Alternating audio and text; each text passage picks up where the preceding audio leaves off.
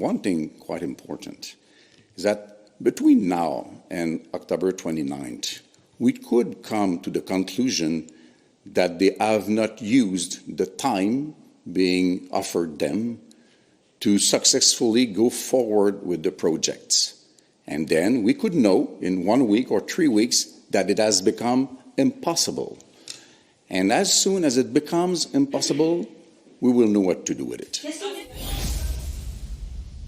The Bloc Quebecois' support for the government this afternoon, voting against the Tories' non-confidence motion, comes with a price tag. As you heard from their leader there, Yves-Francois Blanchet, he wants 2 of the Bloc's bills passed by October 29th. Or, he says, they'll work with opposition parties to force an election. The first demand, that the feds extend the 10% old age security boost they gave seniors 75 and over to all seniors 65 and up. Second, the passage of a supply management bill the Liberals have already supported, but that is still moving through Parliament. That bill would stop foreign ministers from writing supply management carve-outs into future international trade deals.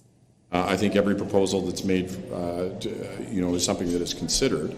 But, I don't think it's helpful to issue ultimatums. I think that what is helpful is to demonstrate that Parliament is focused on Canadians and not politics. We're looking at it, we're understanding. I think we've done a lot for seniors as a government, but that's something that is important for us to look at. We've been very clear that Canada's supply managed sector is really, really important, and so that bill that has gone forward already, the government's pretty clear because we've supported it. We stand up.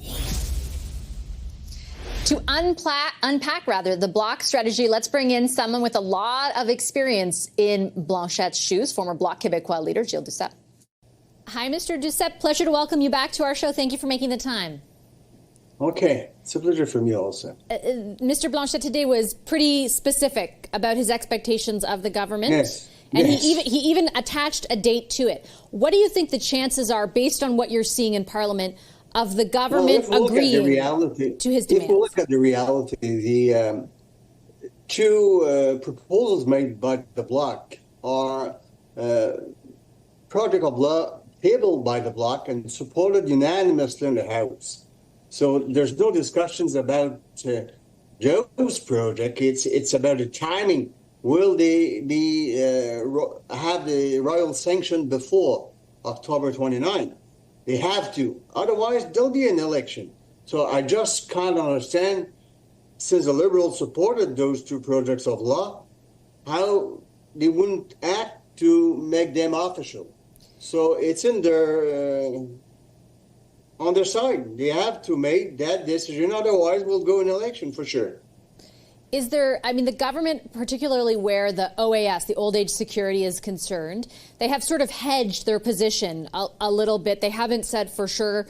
They've pointed in the background to the cost associated with it, $3 billion at a minimum each year. Does that stuff even matter? Do they even need to put this in the budget, or they just need to give royal recommendation in order to save themselves, basically? Yes, they have to have royal recommendation with the money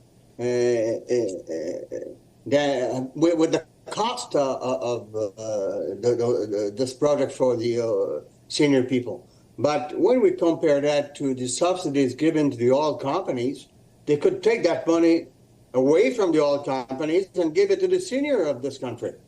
I think that'd be a good decision, and they supported, I repeat, all the parties supported that unanimously. They knew pretty well how much it cost at the time they supported it. So if their logic, they don't have another choice than to give the royal sanction to those projects. Otherwise, we'll go in the election.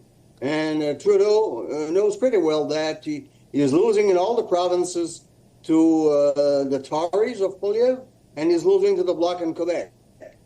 So that be his decision, or to call for a new leadership race within the Liberal parties. I don't know what they'll do.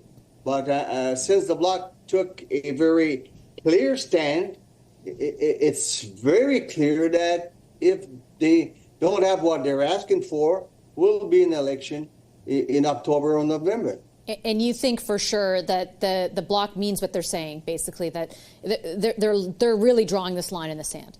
Oh yes. When you look at the situation in Quebec, the Bloc is well ahead of the other parties. And people in Quebec are scared of Poilievre and fed up with Trudeau. And sing, well, maybe sing is running in Canada, but we have another song in Quebec. Well, interestingly put.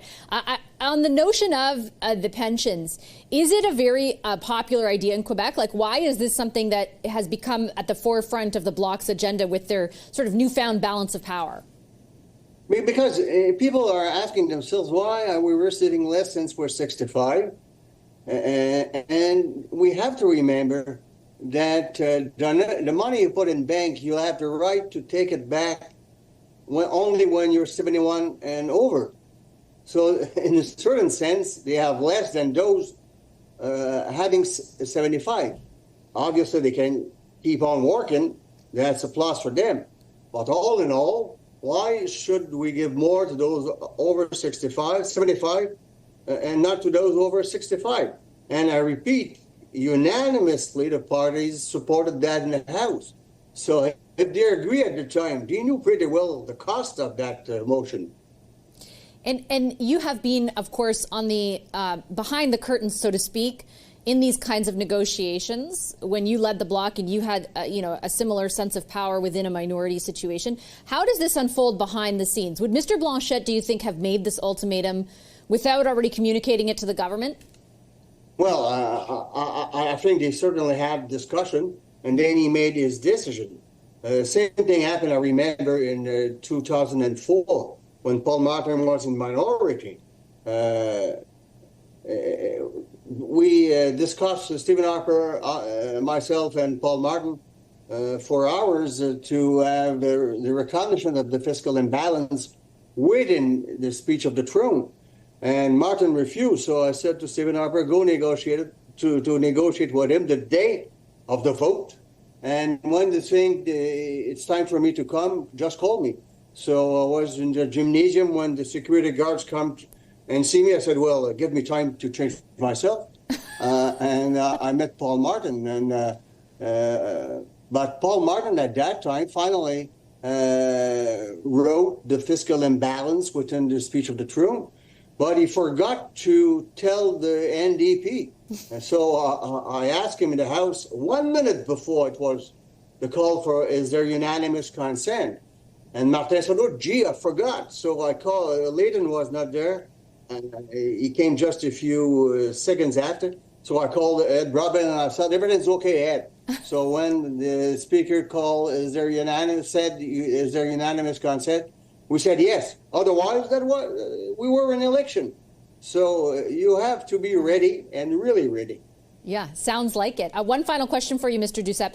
If the Bloc is able to secure these two demands in time for the deadline that Mr. Blanchet has set, it would seem to me that they would then be able to, come up with another demand, since they obviously have a ton of power right now. What do you anticipate is next on their list of what they would like to get from the federal government? I think the question of immigration, not all the powers, it is impossible unless you're a country. The question of the political refugees is a decision made by a country, not a province or a lander or a state in the United States.